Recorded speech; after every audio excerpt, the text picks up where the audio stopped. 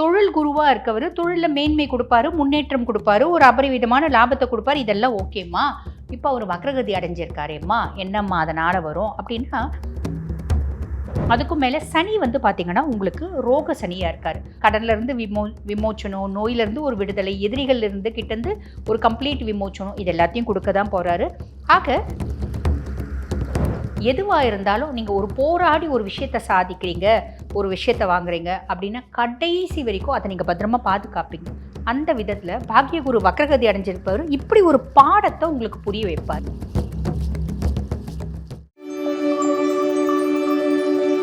துலா ராசி அன்பர்கள் உங்களுக்கு இந்த குரு வக்ர பயிற்சி என்னென்ன மாதிரி பலன்களை கொடுக்க போறாங்க அப்படின்னா, இந்த பலன்கள் 2 பகுதியா நாங்க சொல்லுவோம். நான் முன்னாடி இன்ட்ரோவே சொல்லியிருப்பேன். அந்த விதத்துல முதற் பகுதி நவம்பர் 11ல இருந்து டிசம்பர் 5 வரைக்கும் கடக ராசியில வந்து பாத்தீங்கன்னா, குரு பகவான் உச்சம் பெற்று அமர்ந்தவர் வக்ரகதி அடைகிறார். இப்ப இந்த பாவம் வந்து பாத்தீங்கன்னா, உங்களுக்கு 10ஆம் பாவம் தொழில் ஸ்தானம். குரு வந்து பாத்தீங்கன்னா, தொழில் குருவா இருக்கார். தொழில் குருவா இருக்கவரு தொழில்ல மேன்மை குடுப்பாரு, முன்னேற்றம் குடுப்பாரு, ஒரு அபரிவிதமான லாபத்த குடுப்பாரு. இதெல்லாம் ஓகேம்மா. இப்ப அவரு வக்ரகதி அடைஞ்சிருக்காரேம்மா, என்னம்மா அதனால வரும் அப்டின்னா, ஒண்ணும் கெடுபலன்கள் கிடையாதுங்க. தொழில்ல வந்து பார்த்தீங்கன்னா, மேன்மை, முன்னேற்றம் எல்லாத்தையும் அவரு குடுப்பாரு. கூடவே சின்ன சின்ன விஷயத்துல வந்து பார்த்தீங்கன்னா, கான்ஃபிளிக்ட்ஸ் அப்டின்றத குடுப்பாரு. பொதுவா பெரியவங்க சொல்லுவாங்க பார்த்தீங்களா, நம்ம வயலுக்கு தண்ணி பாய்ச்சுறோம் அப்டின்னு வச்சுக்கோங்களேன். வயலுக்கு மட்டும் பாய்ச்ச முடியாது. அது வரப்புக்கும் போகும். வயல்ல எப்படி நல்ல செடிகள், பயிர்கள் வளருதோ, அதே மாதிரி அந்த வரப்புலயும் வந்து பார்த்தீங்கன்னா, விஷச்செடி, கிளச்செடி இதெல்லாம் வளரதான் செய்யும் இல்லைங்களா? அந்த மாதிரி தொழில்ல மேன்மை, முன்னேற்றம் எல்லாமே வரும். வக்ரகதி அடைஞ்சிருக்கும்போது கூடவே சின்ன சின்ன அந்த விஷச்செடி, களச்செடி மாரி கொஞ்சம் கொஞ்சம் கொஞ்சம் கொஞ்சம் பிரச்சனைகள் அப்படின்றது வரும். இந்த பிரச்சனைகள்னால நம்ம சோர்ந்து போயிடுவோமா, தளர்ந்து போயிடுவோமா அப்படின்லாம் கிடையாது. லைட்டா ஒரு சின்ன சின்ன இம்பாக்ட் அப்படின்றது வரும். இத ஒரு உதாரணத்தோட நம்ம சொல்லலாம் அப்படின்னு வச்சுக்கோங்களேன். ஒரு உதாரணத்துக்கு இப்போ ஒரு பெர்சன் இருக்காங்க. அவங்க வந்து பாருங்க, ஒரு டாக்டர் அப்படின்னு வச்சுக்கோங்க. எனக்கு தெரிஞ்ச ஒரு ஃபீல்டே நான் சொல்றேன். டாக்டர் அப்படின்னு வச்சுக்கோங்களேன். இப்ப டாக்டர் ஒரு கிராமத்துல பிராக்டிஸ் பண்ணிட்டு இருக்காங்க. திடீர்னு வந்து பார்த்தீங்கன்னா, அவங்களுக்கு ரொம்ப எஃபிகசி இருக்கு. ரொம்ப டேலண்டடு. பல நோய வந்து ரொம்ப சாதாரணமா கியூர் பண்ணக்கூடிய ஒரு கெப்பாசிட்டி இருக்கு. நல்ல நாலேட்ஜ் இருக்கு, எக்ஸ்பீரியன்ஸ் இருக்கு, எல்லாமே இருக்கு. ஆனா கிராமத்திலேயே வைத்தியம் பண்ணிட்டு இருக்காங்க. பெருசா சம்பாதிக்கல. அப்ப இவங்க என்ன நெனைக்கிறாங்க, ஒண்ணுமே தெரியாதவங்கலாம் சிட்டில பெரிய லெவல்ல சம்பாதிக்கிறாங்க.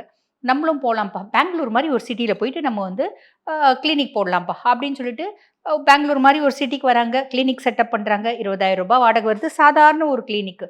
20,000 வாடகை. ஸ்டாஃப்க்கு ரூ. 20,000 வாடகை. அதுக்கும் மேல பேஷண்ட்ஸ் கிட்ட வந்து பார்த்தீங்கன்னா, ஓடி ஆட முடியல. கிராமத்தில 10 வார்த்தை பேசினா போதும். இங்க 100 வார்த்தை பேச வேண்டியதா இருக்கு. ஏன்னா, இவங்களுக்கு ஒரு கூகுள்னு ஒரு விஷயம் இருக்கு. அந்த கூகுள்ல தேடுறாங்க, படிச்சவங்க. பல கேள்விகள் கேட்குறாங்க. எனக்கு எஃபிகசி இருக்கு. நான் எல்லா கேள்விக்கும் பதில் சொல்லுவேன். பியாண்ட் தட் ஐயோ! நம்ம தப்பு பண்ணிட்டோமோ! அங்க ரூ. 10 சம்பாதிச்சிருந்தா கூட நிம்மதியா சம்பாரிச்சிருந்தோமேப்பா! இங்க வந்து சம்பாதிக்கிறது என்னவோ ஓகே தான். ஆனா ஓடியாட வேண்டியதா இருக்கே! அப்டின்ற ஒரு விதமான குழப்பம் அப்டின்றது வரும். இந்த தொழில்ல முன்னேற்றம் இருக்க தான் செய்யுது.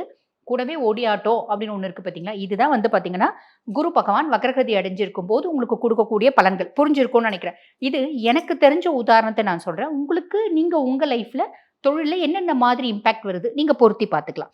இது ஃபர்ஸ்ட் விஷயம். 2வது விஷயம் வந்து பாருங்க, குரு பகவான் வந்து உங்களுக்கு லார்ட் ஆஃப் 3 அண்ட் 6 அதாவது இளைய சகோதர தைரியஸ்தானத்துக்கும் அவன் தான் அதிபன். ருண, ரோக, சத்ருஸ்தானத்துக்கும் அவன் தான் அதிபன்.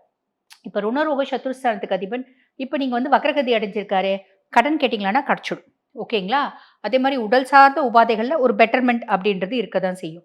கடன் கேட்டா கிடைச்சிடுது. எதிரிகள் பெருசா வந்து பார்த்தீங்கன்னா இருக்க மாட்டாங்க. கடன் கேட்டா கிடைச்சிடுது.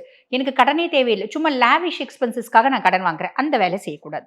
உடல் சார்ந்த உபாதைகள் ஒண்ணுமே இல்ல. நான் நல்லா ஆயிட்டேன். அதனால நான் வந்து பாருங்க, உடம்பு நல்லா இருக்கு. அதனால நான் சர்க்கரை மாத்திரைய விட்டுட்டேன். அதனால நான் பிபி மாத்திரைய விட்டுட்டேன். இந்த மாரி விஷயங்கள் செய்யக்கூடாது. செஞ்சா என்ன ஆகும் அப்டின்னா, திருப்பி ஒரு ஹெல்த் இஷ்யூஸ் வரதுக்கு வாய்ப்பு உண்டு. திருப்பி பெரிய லெவல்ல கடன் வாங்கிட்டேன், தேவையில்லாத கடன் வாங்கிட்டேன் அப்டின்னா, அதுல மாட்டின்னு தவிக்கிறதுக்கு வாய்ப்பு உண்டு.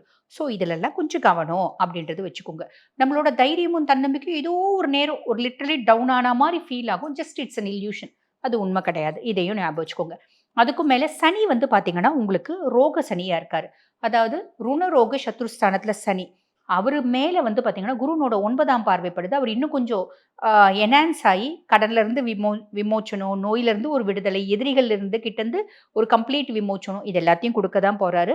ஆக சின்ன சின்ன விஷயங்கள்ல இந்த முற்பகுதியில ஜாக்கிரதையா இருக்கீங்க அப்டின்னா மட்டும் போதுமானது.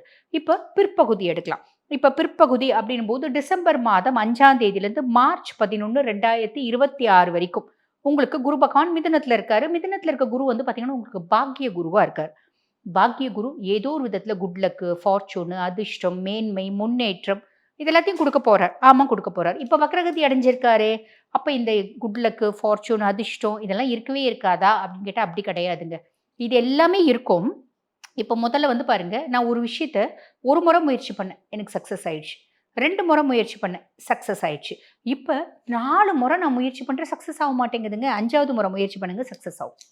எளிமையான விஷயம். புரியுதுங்களா? ஒரு இத்தினி முறை முயற்சி பண்ணி நம்மளுக்கு நேரம், எனர்ஜி எல்லாம் வேஸ்ட் ஆவுதேங்க. ஒரு விஷயத்த ஒரு முறை முயற்சி பண்ணி சக்சஸ் ஆயிடுச்சுன்னா, அந்த விஷயத்தினோட வேல்யூ நம்மளுக்கு தெரியாது. இல்லைங்களா?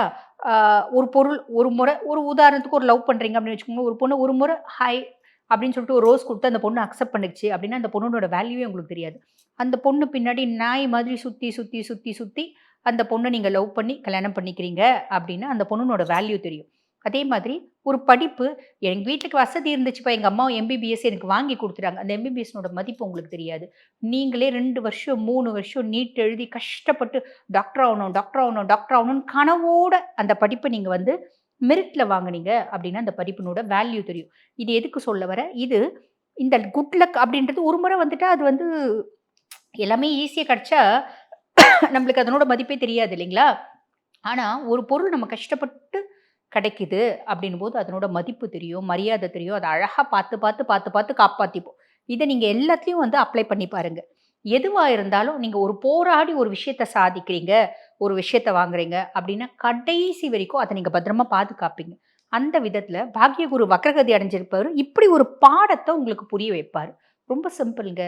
இந்த பிளானட்ஸ்லாம் என்ன பண்றாங்க, சனியானா இருக்கட்டும், குருவானா இருக்கட்டும், நம்மளுக்கு பல விஷயத்த புரிய வைக்கிறாங்க. கோடிக்கணக்குல காசு குடுத்தா கூட புரியாத விஷயங்கள நம்மளுக்கு புரிய வைக்கிறாங்க. We should thank to them அப்படின்னு தான் சொல்லணும். பட் பியாண்ட் தட் நம்ம திட்டுவோம், இந்த குரு எப்பதான் நம்மளுக்கு நல்லது செய்வானோ தெரியலையேயா, இந்த சனி எப்பதான் நல்லது செய்வானோ தெரியலையேயா அப்படின்னு நம்ம திட்டுவோம். பியாண்ட் தட் அதுக்கு பின்னாடி இருக்க உண்மை இதுதான் அப்படின்னு சொல்லணும். ஆக துலா ராசி அன்பர்கள் உங்களுக்கு இந்த குரு வக்ரப்பெயர்ச்சி காலகட்டம் எப்படி இருக்கும் அப்படின்னா, நான் சொன்ன சின்ன சின்ன விஷயங்கள்ல கவனம் அப்படின்னு வச்சுக்கினா மட்டும் போதுமானது. இந்த வக்ரப்பெயர்ச்சி காலகட்டம் உங்களுக்கு நல்லது நடக்கும். நல்லது மட்டுமே நடக்கும். வாழ்த்துக்கள்.